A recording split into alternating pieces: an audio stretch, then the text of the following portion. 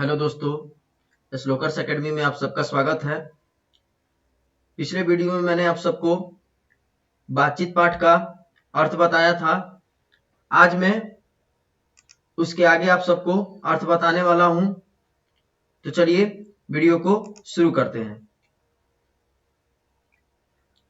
कहा जा रहा है, जैसे गर्म दूध और ठंडे पानी के दो बर्तन पास पास साट के रखे जाएं तो एक का असर दूसरे में पहुंच जाता है, अर्थात दूध ठंडा हो जाता है और पानी गर्म।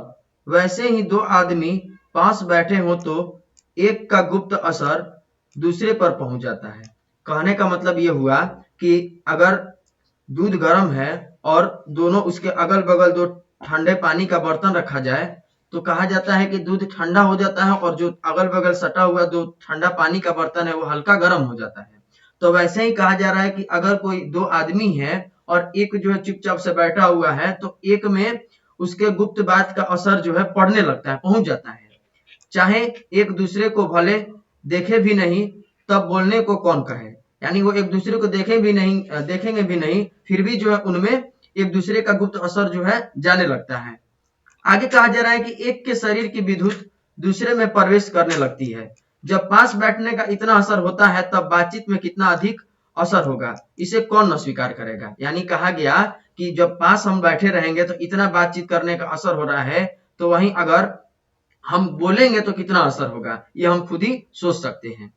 आगे कहा जा रहा है कि अस्तु अब इस बात को तीन आदमियों के साथ देखना चाहिए। यानी एग्जाम्पल के तौर पे अब कहा जा रहा है कि हम तीन आदमी के साथ अब बातचीत को देखेंगे।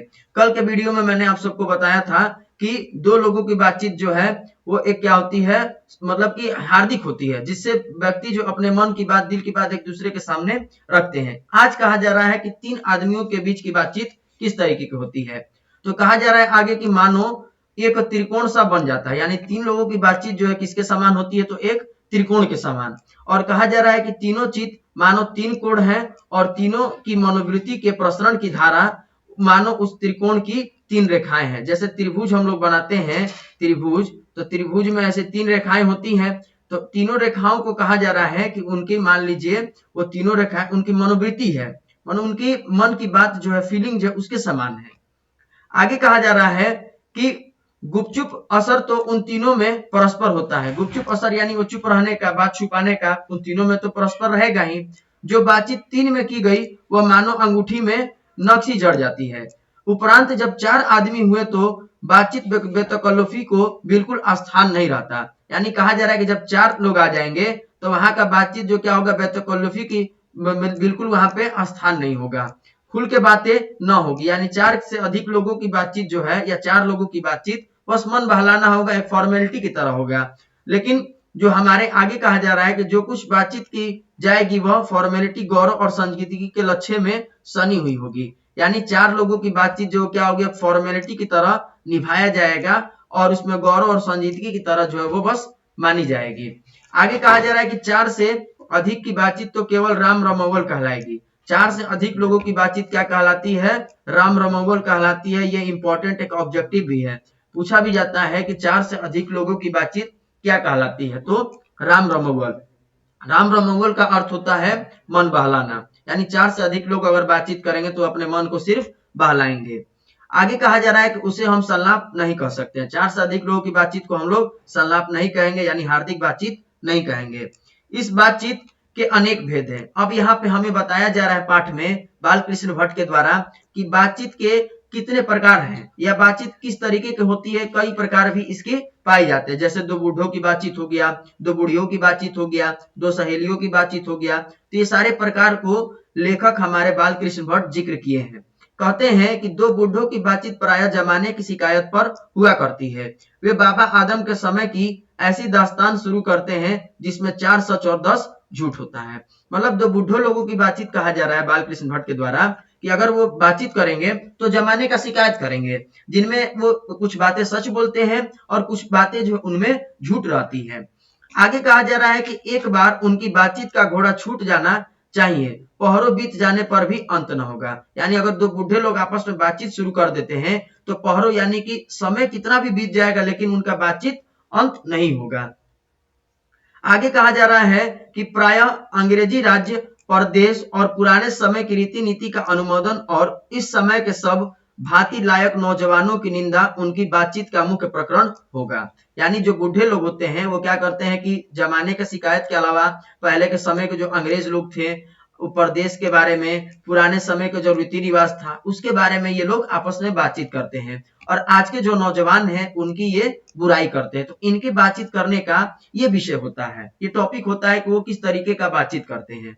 आगे कहा जा रहा है कि पढ़े लिखे हुए के लिए जो शेक्सपियर, मिल्टन, मिल, स्पेंसर जीप पर नाचा करते हैं। यानी जो पढ़े लिखे बूढ़े हुए तो जो वैज्ञानिक लोग थे पहले के, उनके बारे में ये जो है एक दूसरे से बातचीत करते हैं। और कहा जा रहा है कि अपनी लियाकत के नशे में चूर हम चुनी दिगरे नेस्त अक्खड़पन की चर्चा छेड़ेंगे। यानी हम चुनी दिगरे नेस्त और अक्खड़पन मतलब होता है कि जो बूढ़े लोग खुद को ही श्रेष्ठ मानते हैं कि हम ही सब कुछ सही है, हम जो बोल रहे वो सही है। तो ऐसा ये लोग सोचते हैं और पढ़े लिखे होने के बावजूद ये जो पुराने जितने भी वैज्ञानिक हैं उनके बारे में ये लोग चर्चा करते हैं। आगे कहा जा रहा है कि दो हम सहेलियों की बातचीत का कुछ जायका ही निराला है। अब इसमें कहा जा रहा है कि जो दो सहेली लोग हुई तो सहेली लोग का कहा जा रहा है कि इनके बातचीत करने का तरीका ही क्या है, निराला है। ठीक, उसके बाद कहा जा रहा है कि रस का समुद्र मानो उमड़ चला जा रहा है, इसका पूरा स्वाद उन्हीं से पूछना चाहिए जिन्हें ऐसो की रस सनी बात सुनने को भाग्य लड़ा हो। यानी बुढ़ों के अलावा कहा जा रहा है कि दो सहेली लोग हुई, उनकी बातचीत का तरीका भी क्या है, अलग होता है। तो उनकी बातचीत का तरीका के लिए कहा जा रहा है कि उन्हीं से पूछना चाहिए कि वो किस तरीके की बातचीत करती हैं। आगे कहा जा रहा है कि दो बूढ़ियों की बातचीत का मुख्य प्रकरण बहू बेटी वाली हुई तो अपनी बहुओं या बेटों का गिला शिकवा होगा या वे बिरादराने का ऐसा कोई रमरसा छेड़ बैठेंगे कि बात करते करते अंत में खोड़े दांत निकाल करके लड़ने लगती हैं। दो बूढ़ियों की बातचीत में कहा जा रहा है कि वो अपने बहू बेटियों का शिकायत, ठीक, या मतलब उनके बारे में कहना, जो बिरादरी के उनके लोग हो गए उनके बारे में बातचीत करना, ये सारी चीजें दो बुढ़िया आपस में बातचीत करती है। लेकिन कभी कभार ये आपस में लड़ने भी लगती हैं। लड़कों का बातचीत क्या कहा जा रहा है कि लड़कों की बातचीत खिलाड़ी हुई तो अपनी अपनी तारीफ करने के बाद वे कोई सलाह गोठेंगे। मतलब जो लड़के लोग में कई तरीके के लड़के होंगे, जो खेलने वाले हो गए, पढ़ने वाले हो गए, न पढ़ने वाले हो गए। तो खेलने वालों लड़कों को कहा जा रहा है कि वो अपनी अपनी तारीफ खुद से बांधते हैं या अपनी अपनी तारीफ जो लोगों को कहते हैं। आगे कहा जा रहा है कि जिससे उनको अपनी शैतानी जाहिर करने का पूरा मौका मिले। और स्कूल के लड़कों की बातचीत का उद्देश्य अपने उस्ताद की शिकायत या तारीफ या अपने सहपाठियों में किसी के गुण अवगुण का कथोपकथन होता है।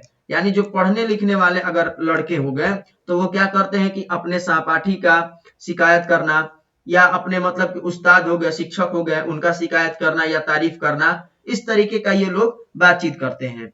कुछ ऐसे भी लड़के होते हैं जो पढ़ने लिखने में तेज होते हैं और कुछ ऐसे भी लड़के होते हैं जो पढ़ने लिखने में कमजोर होते हैं। तो उनके बारे में भी लेखक ने कहा है कि वो किस तरीके का बातचीत करते हैं।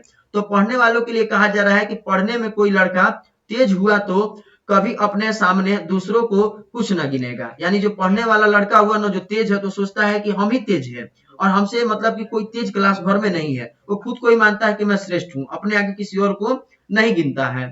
और उसी का अपोजिट होता है सुस्त, जो बोंदा, जो पढ़ने लिखने में कमजोर है। तो वो क्या सोचता है, तो उसके लिए कहा गया है कि सुस्त और बोदा हुआ तो दबी बिल्ली का सब स्कूल भर को अपना गुरु ही मानेगा। यानी सुस्त और बोदा कमजोर लड़का हुआ ना, तो वो सोचता है कि हम ही सबसे ज्यादा कमजोर हैं, हमसे सब कोई तेज है, तो उसको अपने से मतलब कि सबको श्रेष्ठ मानता है। आगे कहा जा रहा है कि इसके अलावा बातचीत का की और बहुत ही किस्में हैं। मतलब इसके अलावा और बातचीत का बहुत से प्रकार हैं, जैसे कि राजकाज का बात हो गया, व्यापार संबंधित बातचीत हो गया, दो मित्रों में प्रेमालाप हो गया। ये सभी क्या है, बातचीत के किस्म और प्रकार हैं। इसके अलावा कहा जा रहा है कि हमारे देश में अशिक्षित लोगों में बदकही होता है। जो पढ़े लिखे लोग नहीं है वो क्या करते हैं, आपस में उल जुलूल की बातें करते हैं, बदकही करते हैं। लड़की लड़के वालों की ओर से एक एक आदमी बिचवाई होकर दोनों में विवाह संबंध की कुछ बातचीत करता है। अब यहाँ पे कहा जा रहा है कि जो शादी विवाह होता है या शादी विवाह करवाते हैं, जिसको बिचवाई बोला जाता है या अगुआ बोला जाता है, तो वो लोग क्या करते हैं कि लड़की वाले की तरफ से अगुआ और लड़के वाले की तरफ से अगुआ आपस में बातचीत करके दोनों तरफ के, और बातचीत करने के बाद जो है शादी फिक्स करने के बाद क्या करते हैं कि जब शादी फिक्स हो जाता है तो उस दिन से बिरादरानी वाले को जाहिर कर दिया जाता है कि अमुक की लड़की का अमुक के लड़के के साथ विवाह पक्का हो गया है। यानी दोनों अगुआ आपस में मिल करके दोनों घर परिवार के लोगों से बातचीत कर करके शादी फिक्स करके और फिर उसके बाद घर वाले जो अपने बिरादरानी वाले में सबको बता देते हैं कि मेरी लड़की का इस लड़के के साथ जो है या इनकी लड़की के साथ विवाह होने वाला है।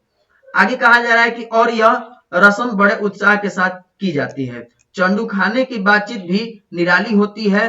निदान बात करने के अनेक प्रकार और ढंग होते हैं। यानी कहा जा रहा है कि चंडू खाने यानी जिसको मतलब कि कहा जाता है अफीम खाने वाला या शराब सिगरेट पीने वाला स्थान, वहां की बातचीत भी कहा जा रहा है कि लोगों का निराला होता है, अलग तरीके का होता है। तो आई होप आप सबको यह वीडियो अच्छा लगा हो। आज के लिए मैं आप सबको यहीं तक अर्थ बताने वाला हूं। इसके नेक्स्ट वीडियो में मैं आप सबको इस पाठ का संपूर्ण अर्थ बता दूंगा। तो आप सभी लोग हमारे चैनल को सब्सक्राइब करिए, लाइक करिए और बेल आइकन को प्रेस कर दीजिए। धन्यवाद।